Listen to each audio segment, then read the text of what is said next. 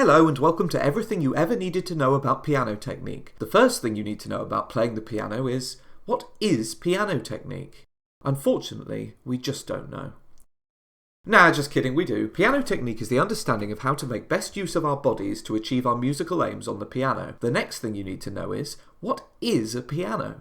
We just don't know. A piano is an interface between the fingers and a vibrating soundboard via a set of keys, hammers and strings. Every key has a piano action like this. It's very complicated, but all you need to know is, the faster you press the key, the harder the hammer hits the string, giving a louder sound and a slightly different timbre or sound quality. Once the hammer hits the string, it is escaped, and force on the key no longer has any effect on the sound, and releasing the key will put a damper on the string and silence it, giving you control over articulation. The rest of the mechanism is there so that the hammer doesn't completely reset, allowing you to play repeated notes faster, which is useful when playing crazy virtuosic nonsense.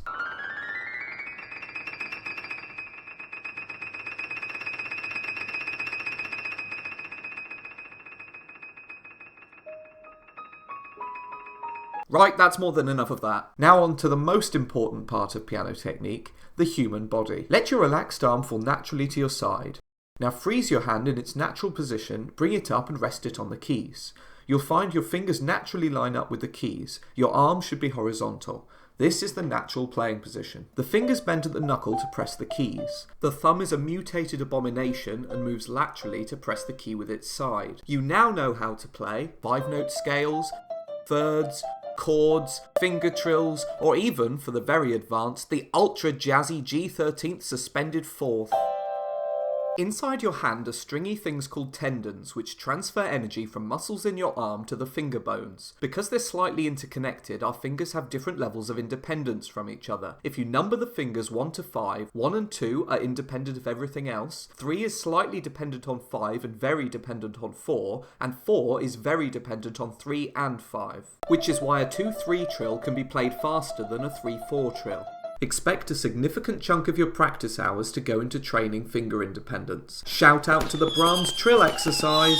Now it's time to end a long-running debate in piano technique. The fingers move in 3 ways. Laterally, which is for very fine-tuned adjustments to positioning and is how the thumb presses the key. Rotation at the knuckle, which points each finger up or down and moves the thumb under the palm. And curling, which rotates the finger at the 2nd and 3rd joints. The most efficient way to press the key is to apply the force directly downwards. Otherwise, energy is wasted sliding along the surface of the key. Knuckle rotation causes the fingertip to move towards you slightly. To counter this, we have to add a rotation in the opposite direction, which we can only get from the uncurling action. Only by combining these 2 movements can we have our beautifully efficient direct downward line into the key. But notice, if our fingers are already fully extended, we can't do this. Therefore, curled fingers are better than flat. In your face, flat fingers! Vladimir Horowitz's technique was bad! Of course, sometimes you have to play with flat fingers because you're stretching. Now we'll look at how we can use the wrist. A lateral movement of the wrist can be used to line your tendons up with the key as it's played. This helps you find the most comfortable playing position and keeps your wrist flexible. You can move your whole body to line your arm up with the keys. The wrist rotates left and right to do a tremolo. You can add resistance from your fingers to control the dynamics. Here's an example with no finger resistance, only the thumb and only the little finger. You can also do this using different fingers with the thumb, for example the 1-3 trill.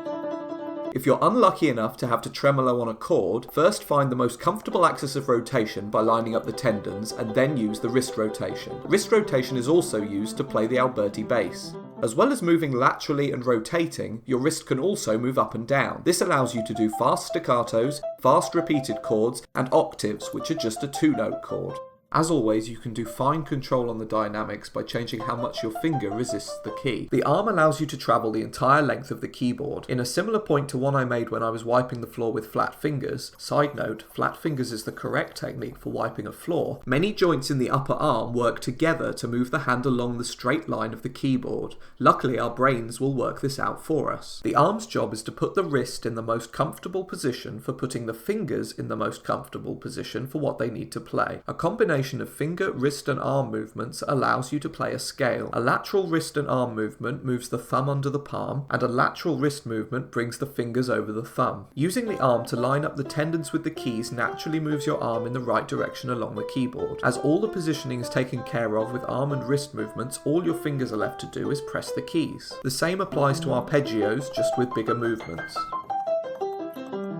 To play the black keys without your fingers going flat, God forbid, your arm needs to move the whole hand and wrist forward and up slightly. Some people say never to put your thumb on a black note. That's dumb. Just be aware that doing this requires an arm movement. The forearm also rotates vertically at the elbow. Raising your forearm and then letting it drop allows gravity to do the playing for you, so you can keep your arm relaxed. The extent to which your wrist and fingers absorb the energy on landing gives you fine control over the dynamics. This can be used whenever you have enough time, such as the first notes of phrases and slow chords. Anytime your arm moves down towards the keyboard, you can let gravity join in. Don't resist it. For maximum force, you can apply energy all the way from your back muscles down through your shoulders, elbows, wrists and fingers for those huge 12-note Rachmaninoff chords. The thumb can play 2 white notes at once. Your arm can also push forward and pull back. By pivoting at the wrist, a forward and slightly upward push can move the fingers down into the keys, allowing them to be played with just the arm muscles. Applying the same push at an angle to the keyboard allows you to add momentum to scales. If you lean forward when walking downhill, you can use your weight as a source of energy. In the same way, a constant push from the arm can provide the energy and your fingers just transfer it to the keys. This allows you to play downward right hand scales or upward left hand scales very fast with minimal effort. The backward pull motion is useful as a last resort fingering hack, which allows you to slide from a black key to an adjacent white key. Emergencies only. Now we know how the body works, we can cover some general principles. Number 1.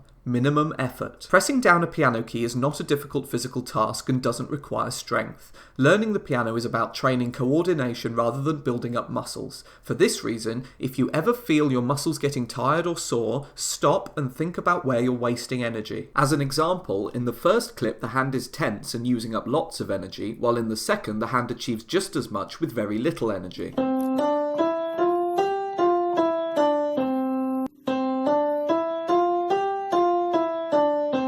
Although it's fashionable for modern pianists to look like they're heaving and sweating through a dramatic piece,